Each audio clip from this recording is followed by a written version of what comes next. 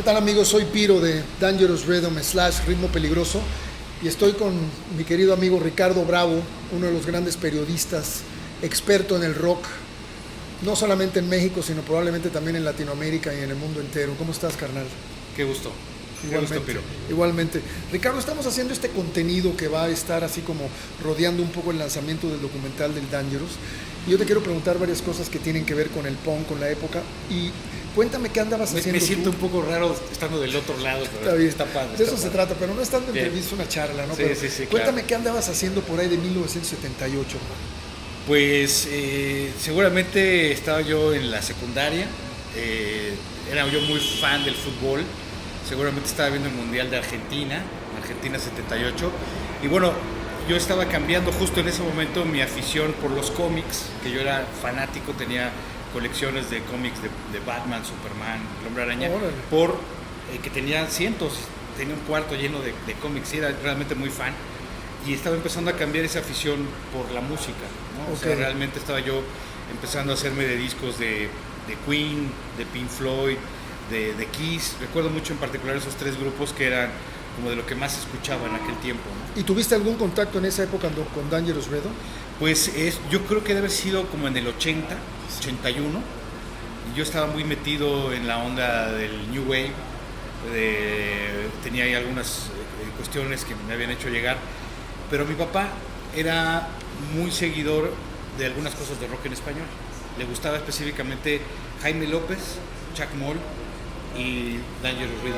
Entonces él me dijo, una vez me llegó y me dio esos tres discos. Me dijo, tienes que oír estos discos, ¿no? Era el disco de Chuck Moll, Nadie en Especial, el disco de Jaime López con Roberto González y el primer disco de El LP de Rhythm, Dangerous, que es casi el 80% en Electroshock. inglés. Ah, no, ese es el Electroshock. EP. Sí, Ese es el EP. Electroshock. Sí, porque ya cuando salió el de Chuck Moll, el de Nadie en Especial, ya había salido el LP de Dangerous, por eso pensé que era Ok. ese. No, Y cuéntame una cosa, ¿alguna vez tuviste contacto con Hip 70? ¿Fuiste a Hip 70? claro. ¿Pudiste ver lo que pasaba ahí Sí. con Size, con Dangerous, con todo ese asunto? La verdad es que a mí siempre se me hizo un lugar muy interesante. Yo ya escuchaba, bueno, estaciones de radio o estaba en contacto con gente que iba a ese lugar. Yo a lo mejor todavía no tenía la edad para asistir y realmente me llamaba muchísimo la atención, ¿no? O sea, era algo que yo me daba cuenta que estaba empezando a suceder y que realmente era un poco como ese lugar en donde estaban pasando cosas que queríamos que sucedieran en México de manera más común y más amplia, ¿no? O sea, realmente hay que recordar que veníamos de un periodo de los 70s en donde todo fue como una devastación. El veto de Sí, quedó post-Avándaro. todo como Claro. un llano, así, tal cual. Y en los 80s una serie de hechos, de bandas como Dangerous, como lugares como el Hip 70, empezaron a sembrar en el desierto. Auténticamente, empezaron a abrir puertas. A construir Así nuevamente algo que 10 años después, un poco menos, se convertiría en una cosa que realmente yo creo que todos los que estábamos ya un poco metidos en el rock mexicano, en el rock en español, jamás nos imaginábamos que iba a suceder, ¿no?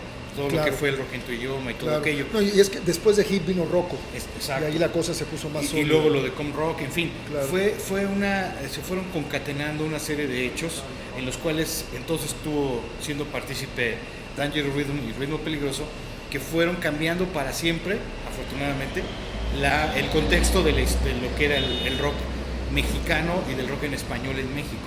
Claro, claro.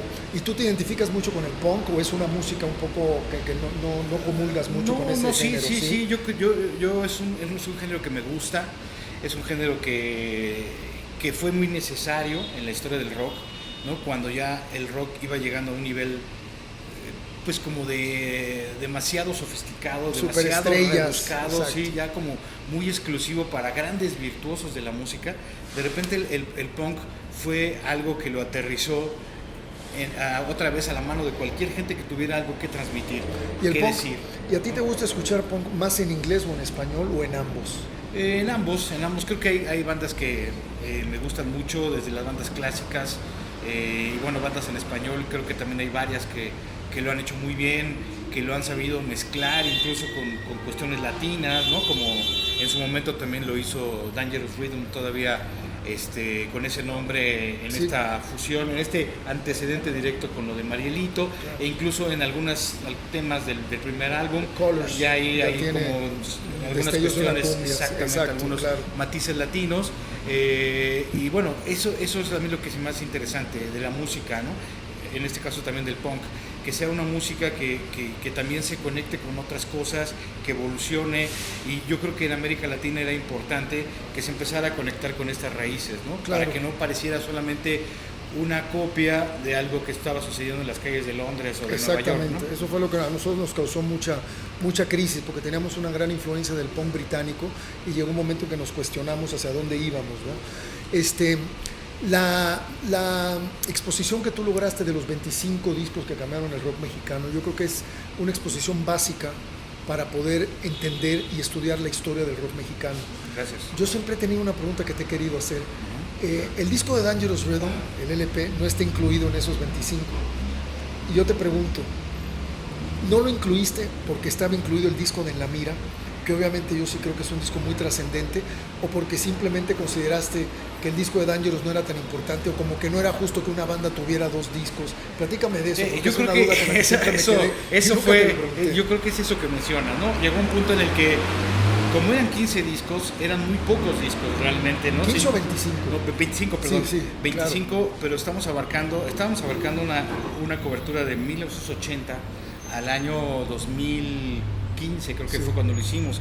Son muchos años y eran muchísimos discos. Entonces sí, No consideramos quieres que mermar, claro. de repente era como esta regla de meter un solo disco por banda, ¿no? Claro. Entonces en varias bandas tuvimos que decantarnos porque tenían más de un disco Sí, importante, claro, más claro. de un disco trascendente. Obviamente el caso de Dangerous y Ritmo Peligroso como consecuencia o como continuación de la misma banda fue una de esas bandas, ¿no? Sí, yo O creo que sea, En la Mira es un disco definitivamente pero histórico. Electroshock pues también fue como el primer testimonio punk que se editó en México, entonces también tenía una trascendencia. Sin embargo, al final nos decantamos En la Mira por ese impacto y por esa apertura que dio al rock mexicano, ¿no? Y también qué bueno que escogieron un disco de Size. Sí. Eso también sí. estuvo chido. Oye, vamos a cerrar con esto. Yo quisiera que tú me dieras tu opinión honesta, franca, sin tapujos.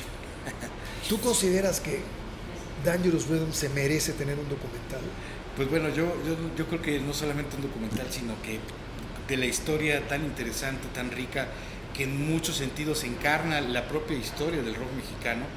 Y como te comentábamos antes, Dangerous ha estado presente en todos estos momentos que fueron fundamentales para cambiarle la cara al rock mexicano en la década de los 80s, que fue la década que le cambió la cara al rock mexicano para siempre. La personalidad al Yo rock. creo que saldría hasta para una película, ¿no? Realmente desde mi punto de vista creo que son tantos los temas, los momentos, ¿no? Desde la fundación a finales de los 70s, todo este inicio de los 80s, que para el rock en México no fue solamente el inicio de una nueva década, sino el inicio de una nueva era, completamente de la mano de Hip 70 y de la mano de Dangerous Rhythms, de El Tri, de Kenny and the Electrics, que eran entonces estas bandas que verdaderamente, como ya lo mencionamos, volvieron a construir sobre las ruinas de lo que había sido ya los 70, ¿no? Esa devastación que a través de la represión el gobierno hizo, y empezaron a construir algo que hoy afortunadamente podemos ver, ¿no? Fíjate que no sé si estás enterado, pero este documental es solamente de 1978 a 1983, que son los años del inicio del punk en México, y en el 83 es cuando Johnny Danger y Rip Sick se salen de la banda. Y ya Marcelo y yo involucramos a Jorge, el Gato Arce, a Jorge Dávila Cruz, que era el bajista de Nuevo México, y ya toma otro giro la banda, ¿no? Y ya se vuelve más Como una refundación. Como una refundación, un renacimiento, y lo empezamos a convertir más en una institución musical, ¿no? Pero esto, y ya abrazan más este sonido latino. Exacto, también, ¿no? ya viene. Hay destellos de Marielito todavía con Johnny y con Rip en el 83, hay un demo que por cierto probablemente lo vamos a usar en el documental, pero Pilar Ortega y Mauricio Hammer se enfocaron sobre todo en esos primeros 5 años, que fue donde verdaderamente se creó el movimiento aquí, y a nosotros nos constaba que llegábamos a Tlatelolco y los cuates que tenían el pelo largo a las 2 semanas ya se habían cortado el pelo y traían pantalones de tubito, botas de sardo, habían ido a comprar sacos y se los habían diseñado. Entonces es lo que abarca este documental, prácticamente los inicios del punk en México, ¿no? Padrísimo, pues yo creo que es uno de los movimientos más importantes que hay en México, seguramente junto con el alternativo, como se le quiera llamar, y el metal. Yo creo que son los tres grandes pilares que tiene el rock en México, ¿no? Es un movimiento amplísimo. Bien. Y que abarca toda la República. ¿Y cuál es tu banda de punk favorita? The Clash, sin duda. Tremenda banda. En vivo desde el Hotel Laila, el restaurante La Terraza, aquí estamos Piro y Ricardo Bravo. Corte.